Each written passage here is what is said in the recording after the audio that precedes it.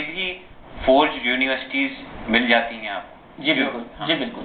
اس کے لیے تو پھر جو انٹرنیٹ کے قوانین ہیں وہ اپنی جگہ. نہیں، میرا سوال یہ کرنے کا مقصد یہ تھا کہ ہمارے پاس ہمارے ملک میں کوئی ایسا ادارہ نہیں ہے جو کہ ٹریول ایجنٹس کو، ٹریولنگ کو، ٹورزم کو ریگولیٹ کرے. ٹورزم کے لیے ہمارے پاس ایک ادارہ ہے. ٹورزم کے علاوہ جتنے بھی اس میں میل فنکشننگز ہوتی ہیں اس کے لیے ہمارا جو جنرل پی پی سی کے لاز ہیں، جیسے فارجری کا ہم نے ذکر کیا، چیٹنگ کا ذکر کیا، ایون چیک باؤنس کا ذکر کیا، تو وہ 489F جو پی پی سی جیسے کہتا ہے نان مطلب کوئی اسپیشل لا نہیں ہے. اسپیشل لا اس کے بارے میں نہیں ہے. یہ بالکل جو نارمل ہمارے قوانین ہیں پی پی سی کے تحت، ان قوانین کو ہم لے کے چلتے ہیں. ٹھیک ہے. اچھا، اب یہ ناظرین کو ہم بتائیے گا کہ اگر کوئی بندہ چاہ رہا ہے کہ رمضان میں عمرے کی سعادت حاصل کرے تو آئیڈیل ٹائم کتنا پہلے ہے کہ وہ اپنے ڈاکیومنٹیشن اسٹارٹ کرے، ٹریول ایجنٹ سے آگے ملے؟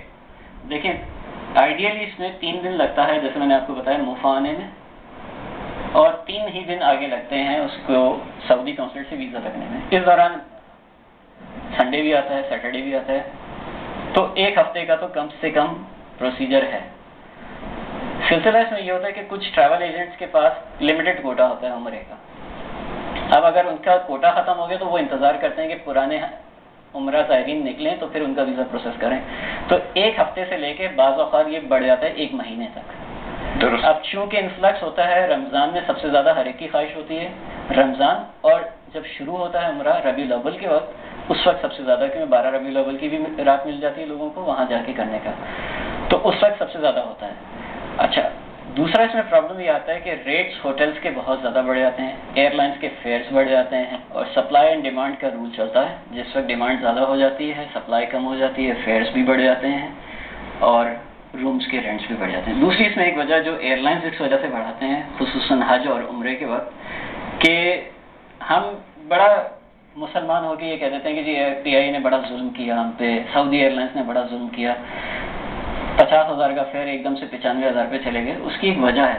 اس کی وجہ یہ ہے کہ جس وقت جہاز یہاں سے حاجیوں کو چھوڑنے جاتا ہے تو وہ آتا خالی ہے، یعنی حج سے پہلے کوئی پیسنجر اس جہاز پہ واپس نہیں آ رہا ہوگا، اور اسی طرح جب وہ حاجیوں کو لے کے واپس آ رہا ہوتا ہے تو یہاں سے وہ جہاز خالی جا رہا ہوتا ہے. تو ایک طرف وہ بے شک بھر کے آتا ہے جہاز، دوسری طرف وہ خالی جا رہا ہے، تو اس ریٹ ڈبل ہو جاتا ہے، اس کا ریٹ تقریباً ڈبل کیا جاتا ہے. اچھا، صحیح. اچھا، اب دوسرا یہ آپ سے کوشچن کریں گے کہ اسٹوڈنٹ کے حوالے سے جو سوال آ گیا، جاب سیکرز کی کافی ای میلز آ رہی ہیں کہ کافی لوگ چاہتے ہیں کہ گرین پیسچرز کے لیے، اچھی نوکری لینے کے لیے، اچھے مستقبل کے لیے باہر کے ممالک میں جاب کی جائے. اس کے لیے بھی اگین یہی پرابلم آتی ہے کہ ٹریول ایجنٹس جو ہیں، کبھی ہم اخباروں میں پڑھتے ہیں کہ ٹرکوں میں بھر بھر کے عمان اور ایران کے بارڈر سے، اور پھر ہم دیکھتے ہیں کہ آگے چل کے ترکی سے یونان کی طرف ان کو ایکسپورٹ کیا جاتا ہے. یہ ایک بہت سیریس قسم کا ہیومن اسمگلنگ، اس کے باقاعدہ ایک ایکٹ ہے ہیومن اسمگلنگ کا. ہاں، اس کے یا ہیومن ٹریفکنگ کا، اور یہ سارے کا سارا غیر قانونی ہے.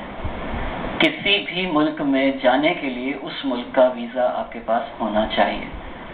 اگر آپ کے پاس اس ملک کا ویزا نہیں ہے، آپ اس ملک میں غیر قانونی طور پہ داخل ہو رہے ہیں، تو جو بھی اس ملک کا لا آف لینڈ ہے وہ آپ پر اپلائی ہوتا ہے.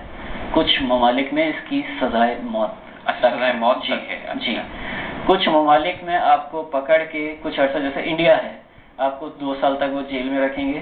ہمارے فشرمین جو بیچارے اکثر جن کو پتہ نہیں ہوتا، اور لائک وائز انڈیا کے بھی بہت سارے فشرمین جو کہ پاکستان میں آ جاتے ہیں جنہیں باؤنڈری کا ہی نہیں پتہ چلتا کیونکہ ان کے پاس ڈیوائسز نہیں ہوتے، کوئی ایسے آلات ان کی چھوٹی چھوٹی کشتیوں میں نہیں لگے ہوتے کہ پتہ چلے کہ بارڈر کراس کر گئے ہیں. ٹھیک ہے، کیونکہ زمین پہ تو ہم اندازہ لگا سکتے ہیں کہ مارک کیا ہوا ہے، پانی پہ کوئی مارک نہیں ہوتا، اسی طرح فضائی حدود میں کوئی مارک نہیں ہوتا. تو وہاں پر جو بھی اس ملک کا لا آف لینڈ ہے وہ اپلائی ہوتا ہے. اگر وہ سزائے موت ہے تو وہ سزائے موت تک جاتی ہے بات، اور اگر وہ پکڑ کے، زیادہ تر ممالک میں یہ ہوتا ہے کہ اگر کوئی پاکستانی غیر قانونی طور پہ اس ملک میں چلا گیا تو اس کی سزا گزارنے کے بعد وہ اس ملک میں پاکستان سفارت خانے کو اس پیسنجر کو دے گا. اچھا، پھر وہ سفارت خانہ اس ملک کا، فرض کیا اگر کوئی دبئی میں غیر قانونی پکڑا گیا تو وہ اس سفارت خانے کے پاس دینے کے بعد سفارت خانہ PIA پہ یعنی اس ملک کے نیشنل فلیگ کیریئر پہ اسے واپس پاکستان بھیجنے کا مجاز ہے. اس میں جیسے ہی وہ ڈپورٹی پاکستان پہنچے گا اس کا سارا خرچہ گورنمنٹ اس سے طلب کرے گی. نہ پیش کیے جانے پہ اسے ایک اور سزا پاکستان میں بھی وہاں پہ گزار کے آئے گا اور ایک پھر پاکستان میں بھی گزارے گا. نہیں لیکن کوئی ایسا ادارہ نہیں ہے کہ کوئی باہر جانا چاہ رہا ہے جاب کرنے کے لیے تو پاکستانی اندر کوئی ادارہ نہیں ہے جہاں پہ اپنی اپلیکیشن؟ بالکل ہے. اس کے لیے اوورسیز امپلائمنٹ کا ہمارے ملک میں اوورسیز امپلائمنٹ کا بالکل ایک ادارہ ہے جو کہ بہت کوشش کرتا ہے کہ پاکستان سے زیادہ لوگوں کو قانونی طور پہ دوسرے ملکوں میں روزگار میسر. تو یہ زیادہ بہتر ہے نا, زیادہ بہتر ہے. عوام کو چاہیے کہ اس ادارے سے رابطہ کریں. ہاں اس میں ایک عوام کا یہ ہوتا ہے کہ وہ سوچتے ہیں کہ ہم شارٹ کٹ, ہمارے عوام کا یہی ہے کہ سوچتے ہیں کہ شارٹ کٹ ہمیں ملے اس کے ذریعے چلے جائیں. اب یہ جو پروسیجر ہے تھوڑا سا لمبا ہو جاتا ہے تو اس میں ایک پورے اس میں پروسیجر کے تھرو کام کرنا پڑتا ہے. اس میں ان کو تھوڑا ویٹ کرنا پڑتا ہے. اب ایک بندہ مل گیا, اس نے کہا کہ چلے بھائی میں آپ کو 2 دن میں بھیج دیتا ہوں. اب 2 دن میں وہ کیسے بھیجے گا؟ ایک اب ویزے کا ٹائم ہے 10 سے 15 دن ہے, 20 دن ہے, بعض اوقات تو 2 مہینے بھی لگ جاتے ہیں. تو اس لیے یہ ادارے تو موجود ہیں لیکن لوگ وہاں جاتے نہیں ہیں. نہیں لیکن کیسے ایک اور بہت یہاں پہ ضروری ادارہ ہے جس کا ذکر کرنا ضروری ہے کہ اگر کوئی پاکستان سے باہر جا رہا ہے ورک ویزا پہ, چاہے وہ دنیا کے کسی بھی ملک میں جا رہا ہو, چاہے امریکہ جا رہا ہو, کینیڈا جا رہا ہو, مڈل ایسٹ میں کہیں جا رہا ہو, فار ایسٹ کہیں جا رہا ہو, کہیں پہ بھی جا رہا ہو, اسے اپنا ویزا لگنے کے بعد اپنے ویزے کی کاپی, اپنے ٹکٹ کی کاپی اور اپنے ایگریمنٹ کی کاپی جو اس کی جاب امپلائر نے اسے بھیجا ہے وہ لے کر ایک ڈائریکٹر آف پروٹیکٹریٹ کا آفس ہے کراچی میں, وہاں جا کے اس پہ اسٹیمپ کرانا ہے. اس کی 6-7 ہزار روپے کچھ فیس ہوتی ہے. اس ادارے کا مقصد یہ ہے کہ یہ ریکارڈ رکھیں کہ کون سا پاکستانی کس ملک میں کس جاب پر جا رہا ہے اور خدا نخواستہ اس ملک میں اس کی کوئی حادثہ پیش آ جائے, اسے کوئی وفات پا جائے. اور کیونکہ نارملی جو لوگ یہاں سے کمانے کے لیے باہر جاتے ہیں 50% ریشو یا 60% ریشو ان لوگوں کا ہوتا ہے جو اکیلے جا رہے ہوتے ہیں, جو اپنی فیملیز کو ساتھ نہیں لے کے جا رہے ہوتے ہیں. تو ان کے لیے لازمی ہے کہ وہ پروٹیکٹر کرائیں. اگر ان کے پاسپورٹ پہ یہ پروٹیکٹر کی اسٹیمپ نہیں ہے, باوجود اس کے کہ وہ ویزا ہے اس ملک میں جانے کا, ہماری امیگریشن اسے نہیں جانے دے گی. اچھا یہ ضروری ہے. اچھا یہ صرف اور صرف ورک ویزے پہ ضروری ہے. اچھا نہیں لیکن جس طرح اسٹوڈنٹ ویزا ہوتا ہے, اسٹوڈنٹ ویزا پہ بھی کافی مماثل میں لکھا ہوتا ہے کہ 20 گھنٹے تک آپ ہر ہفتے جاب کر سکتے ہیں. اس کے لیے بھی ریکوائرمنٹ ہے سیم یا نہیں؟ نہیں دیکھیں وہ آپ کو ایک لیوریج دیا جاتا ہے اس ملک میں. جیسے برطانیہ میں یہ قانون ہے کہ وہ 20 گھنٹے کا آپ کو دیتے ہیں یا ایک سیمسٹر کے لیے آپ کو آف کر دیتے ہیں کہ آپ کچھ پیسے کما لیں. وہ ایک انسانی ہمدردی پہ ان لوگوں نے دیا ہوا ہے کہ جو اسٹوڈنٹ ایک غریب طبقے سے غریب جگہ سے اٹھ کے آیا اور پلس کرنسی کا ڈفرینس اتنا زیادہ ہے کہ وہ پاکستان سے اتنے پیسے افورڈ نہیں کر سکتا, تو اس کو حکومت برطانیہ, جیسے میں نے پہلے بھی کہا کہ اس ملک کا لا آف لینڈ آپ نے دیکھنا ہوتا ہے, تو برطانیہ کی حکومت وہاں پہ اجازت دیتی ہے کہ وہ کچھ گھنٹے کام کر کے اپنے جو لیونگ کے ایکسپینسز ہیں یا کچھ حصہ جو کہ اپنا کالج کی فیس میں وہ پے کر سکے تو وہ وہاں پہ دیا جاتا ہے. سارا جو سلسلہ ہے جیسے آپ نے فرمایا کہ وزارت مذہبی امور میں حج کے سلسلے میں, باقی ہم صاحب جو آپ کی ہے ٹورزم منسٹری میں جائیں گے, تو یہ ابھی 18ویں ترمیم کے بعد بھی سلسلہ یہ سیم ہے؟ 18ویں ترمیم کے بعد تھوڑا سا اس میں چینج یہ آیا ہے کہ اب یہ صوبوں کو منتقل ہو گئی ہے یہ وزارت. ٹھیک ہے, پہلے یہ فیڈرل لیول پہ ہوتی تھی, اب یہ صوبوں کو, یعنی اگر سندھ میں کوئی آپریٹ کر رہا ہے تو سندھ کا ٹورزم ڈپارٹمنٹ اسے دیکھے گا, پنجاب کا الگ, اسی طرح سے دو. مطلب وزارت سیاحت جو ہے سندھ کے, اب وہ مانیٹر کرے گی, ڈیسیجنز لے گی اور ریگولیٹ کرے گی. ایگزیکٹلی. اور امید بہت اچھی ہے کیونکہ اس وقت جو سندھ کے وزیر قانون ہیں انہی کے پاس اضافی قلم دان ہے سیاحت کا. تو بہت امید ہے کہ اب چیزیں بہتر ہو جائیں. ٹریول ایجنسی کے لیے سنتے ہیں آئیٹا رجسٹرڈ, یہ آئیٹا کیا چیز ہوتی ہے؟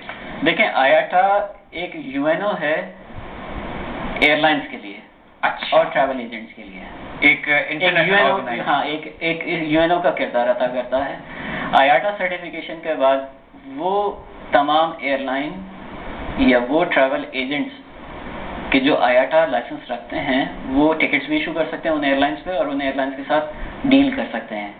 نان آئیٹا ایجنسی جس کے پاس صرف گورنمنٹ کا لائسنس ہے وہ کچھ ایئر لائنس کے ساتھ ڈائریکٹلی ڈیل نہیں کر سکتا، کیونکہ اس میں پیسوں کا لین دین کافی انوالو ہوتا ہے اور بہت ہائی والیومس پہ ہوتا ہے. اس کے لیے پھر ایئر لائنس ڈسکریج کرتی ہیں، وہ کہتے ہیں کسی آئیٹا ایجنٹ، کیونکہ آئیٹا ایک گارنٹی رکھ کر اس کو لائسنس دیتا ہے. وہ نہ صرف گارنٹی رکھتا ہے بلکہ کون اسٹاف وہاں کام کر رہا ہے، اس کی لوکیشن کیا ہے. اچھا، یہ ٹوٹل مانیٹر، یہ بالکل، یہ اس کی سیفٹی میجرز ادھر کیا ہیں، یہ سب چیزیں ادھر دیکھی جاتی ہیں. اچھا، اب ہم بات کرتے ہیں ٹکٹ کی. ٹکٹ جو ہے بیسیکلی یہ ایک کاغذ کا ٹکڑا تو ہے، لیکن اٹس آلسو این ایگریمنٹ. یہ ایئر لائن پی آئی اے لے لیں آپ، اور اگر میں جیسے دبئی جانا چاہ رہا ہوں تو میرے درمیان، کنزیومر کے درمیان ایک معاہدہ بھی ہے. جی بالکل، ایگریمنٹ. بالکل، یہ آپ نے بالکل صحیح کہا، یہ ایک لیگل ڈاکیومنٹ ہے. لیگل ڈاکیومنٹ جس پہ یہ مینشن ہوتا ہے کہ آپ کس جگہ سے، کس شہر سے کس شہر کے لیے سفر کریں گے، آپ کا بیگیج الاؤنس اس میں کیا ہوگا، آپ کا جانے آنے کا وقت کیا ہوگا، اور یہ سب چیزیں اگر انشورڈ بھی ایئر لائن وہ کر رہی ہیں، جو کہ بہت ساری انشورنس بھی اس میں شامل ہوتی ہیں، تو وہ بھی اس کے اندر شامل ہوتا ہے. اچھا، اب کچھ ایئر لائنس ایسی آئی ہیں جو جن کے ہم لو کاسٹ کیریئرز کہتے ہیں. تو جی، پہلے یہ میڈم سے سوال کر لیتے ہیں کہ جیسے آپ نے فرمایا، جمیل صاحب نے فرمایا کہ لگیج اور بیگیج کے بارے میں، تو یہ لگیج سے میری آپ کی مراد ہوگی سامان، اور اس کے علاوہ میلز بھی آ جاتے ہیں اسی ٹکٹ کے اندر، یعنی کھانا وغیرہ جو سرو کیا جاتا ہے. اس کے بارے میں ناظرین کو بتائیے گا. بیگیج کا یہ ہوتا